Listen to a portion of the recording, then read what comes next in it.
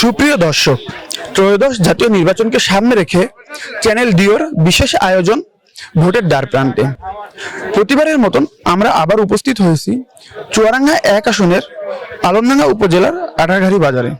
এখান থেকে জানার চেষ্টা করব জনগণ কেমন প্রার্থীকে পছন্দ করে এবং কেমন প্রার্থীকে তারা চায়। তো চলুন জেনে নেই।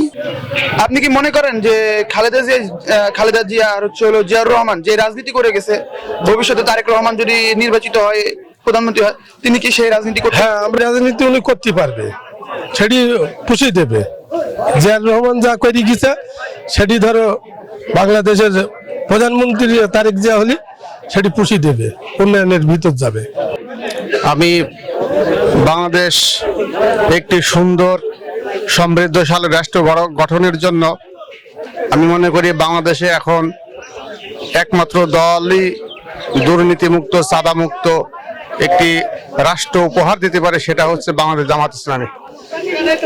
এবং আমি নিয়াত করেছি আমার পরিবারকে সকলকে নিয়ে জামাত ইসলামের দাঁড়িপাল্লায় ভোট দেওয়ার ইনশাল্লাহ। আপনি কেমন প্রার্থী পছন্দ করেন? আমরা ধানের শীষ। ধানের শীষকে পছন্দ করার কারণ? আমার গুড়ার থেকে করে আসছি ধানের শীষ। আমার ফ্যামিলির 300 ভোটার সব। চুয়াডাঙ্গা 1 আসনে যে ভালো উন্নয়ন করবে, জনগণের ভালো কাজ করবে, জনগণ তো সবই বোঝে, ভালো কাজ যে করবে তাকে ভোট দেবে।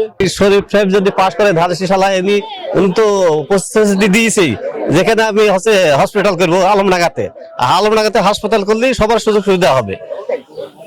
এবার চিন্তা ভাবনা করছি যে আমরা নতুন প্রার্থী চাই, সৎ, যোগ্যতা সম্পন্ন এবং তার গায়ে কোনো চাঁদাবাজ, দুর্নীতিবাজ, টেন্ডারবাজ এমন কোনো প্রার্থী এবং প্রার্থীর দল করে না, এরম প্রার্থীকে আমি ভোট দিতে চাচ্ছি। সুপ্রিয় দর্শক, এতক্ষণ আপনাদের মাঝে দেখানোর চেষ্টা করলাম এই আটারঘাটা মানুষের নাসিম মাহমুদ সাকিব, চ্যানেল ডি।